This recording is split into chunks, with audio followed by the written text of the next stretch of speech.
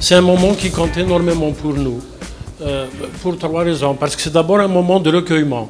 Je veux dire, on n'a pas encore totalement fait notre deuil de Ali Bey, notamment parce que nous avons encore besoin de lui. Il a énormément donné à la liberté de la presse en Algérie. Et on se dit qu'on a énormément besoin de lui parce qu'il y a encore un vaste chantier sur la question. C'est un moment de mobilisation aussi, parce que c'est pas encore réglé. C'est pas le paradis pour les journalistes. Il y en a qui sont morts, il y en a qui sont en prison, il y en a qui vont être au chômage. C'est enfin un moment de joie aussi, parce qu'on se voit pas souvent. On a besoin de se croiser, on a besoin de se sourire, on a besoin de parler de ce qui compte pour nous. C'est à la veille des vacances, et ben on va faire comme à l'école. On donne les prix, on s'amuse et puis on part en vacances. Marhaba bikoum.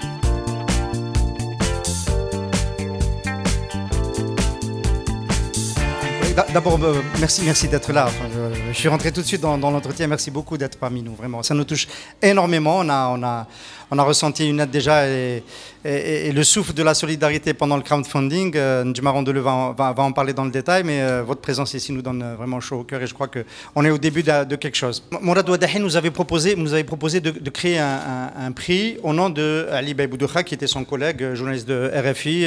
Mourad Ouadahi, que je salue, qui n'a pas pu venir aujourd'hui, a eu cette idée géniale et on a fait le premier prix Ali Bey Boudouha vraiment pour rendre hommage et continuer à faire vivre notre collègue cofondateur de l'agence. Aujourd'hui,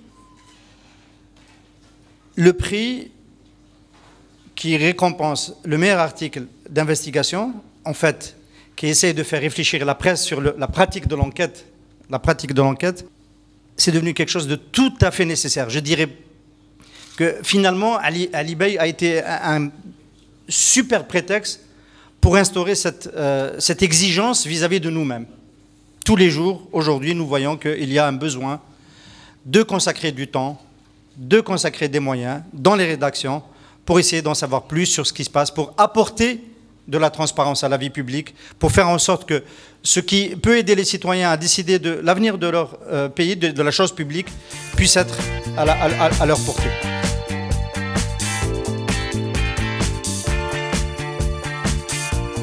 Cette année, on a réussi la collecte, ça je peux vous l'annoncer déjà, donc 3 130 € exactement, 43 contributeurs. Mais parmi les contributeurs, on a eu des dons en dinars qui, voilà, on nous les a remis, soit directement, les gens sont passés à l'agence ou nous ont demandé, voilà, de venir les récupérer. Mais ce qui pose la question d'une plateforme de financement participatif en dinars. Voilà. Donc c'est un projet qu'on peut lancer dès aujourd'hui pour l'année prochaine. Pourquoi passer par ce moyen de financement? Bon, pour plusieurs raisons. La première, c'est que l'agence n'a pas encore les moyens de financer seule une telle somme.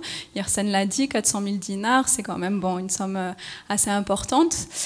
Et donc, c'est comment faire. Les sponsors, c'est exclu. On ne peut pas faire appel pour financer une investigation qui va aller sûrement pointer des scandales, faire appel à des privés. Donc, il restait le moyen de faire appel directement à des lecteurs, des internautes, toutes les personnes, voilà, sensibles à ces questions, à ces sujets. Je vais appeler le jury pour remettre le prix avec à sa tête Monsieur Lotfi Madani, homme de radio, universitaire et consultant en communication. Souhila Ben Ali, journaliste et femme de radio. Sofiane Hadjadj, éditeur, Barzak Édition, il est là. Et j'en profite pour saluer le dernier membre qui est absent ce soir, Saïd Jafar, journaliste et cofondateur d'Interface Média et de Maghreb Émergent. Lotfi Madani, je vous cède la parole. Pour faire de l'investigation, il y a au moins 4 conditions. La première, c'est un accès libre aux sources d'information, à toutes les sources d'information, y compris les sources publiques. La seconde, c'est la protection des sources d'information du journaliste.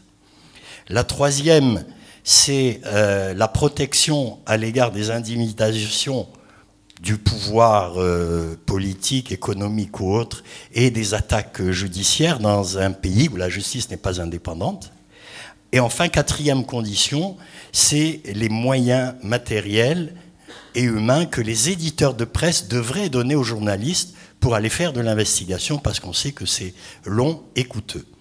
Lors de la première édition, le prix n'a pas été attribué, le prix Esqualité n'a pas été attribué, mais c'est un prix d'encouragement qui avait été donné à l'époque. Cette année, un progrès tout de même, puisque le jury a décidé à l'unanimité et a estimé que l'article primé méritait largement donc, le prix le prix Ali Boudoura, puisqu'il se rapprochait le plus des techniques d'investigation, que je ne vais pas citer, mais consultation de sources diverses, témoignages également divers et contradictoires, révélation de faits inédits, et de plus, la qualité du récit journalistique méritait largement une gratification. On appelle Farhat Ali, qui est un expert financier et lanceur d'alerte. C'est lui qui va remettre les prix aux lauréats et appeler les lauréats. Pour le premier prix, c'est Tariq Hafid pour l'industrie.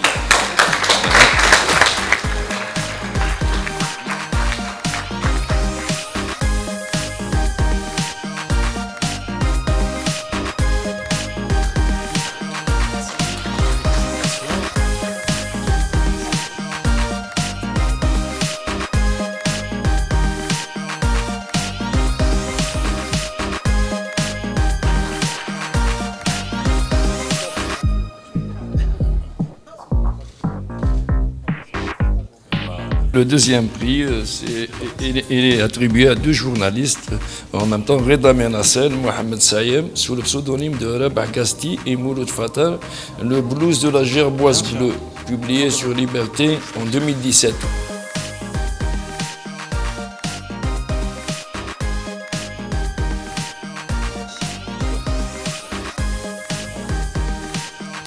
Juste, je voulais préciser que le deuxième prix est bien sûr récompensé d'un chèque de 50 000 dinars. Il n'y a pas de chèque ici, mais on vous le remettra. En tout cas, voici les médailles. Donc, il va le remettre pour... Voilà, donc sous vos applaudissements, hein, on félicite les 2 lauréats. Je vais peut-être céder la parole à Tariq Hafid pour un petit mot. Tfadal. Merci, c'est un honneur. Je vous remercie. Je crois qu'il n'y a pas plus beau que d'être récompensé et reconnu par ses pairs. C'est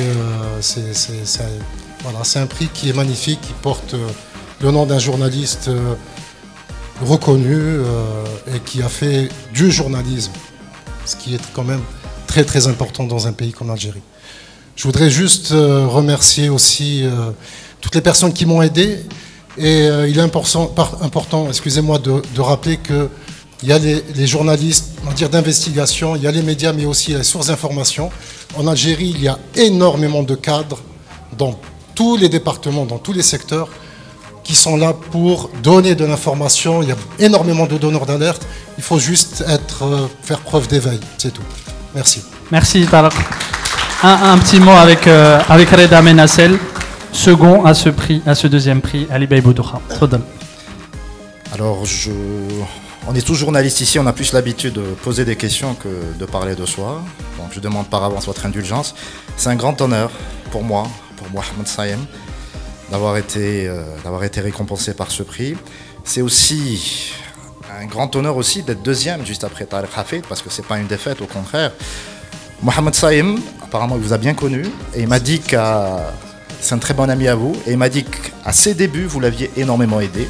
Mohamed Saïm m'a aussi énormément aidé à mes débuts à la chaîne 3, donc il y a une espèce de filiation comme ça, de transmission. J'en suis très honoré. Merci beaucoup.